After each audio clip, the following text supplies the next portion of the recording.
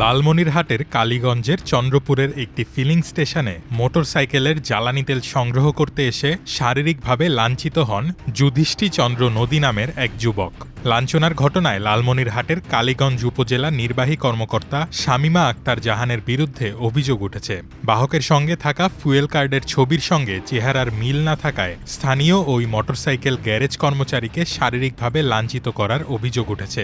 বুধবার বিকেলে ঘটায় ঘটনার ভিডিও পরে সামাজিক যোগাযোগ মাধ্যমে ছড়িয়ে পড়লে নানা সমালোচনা শুরু হয়।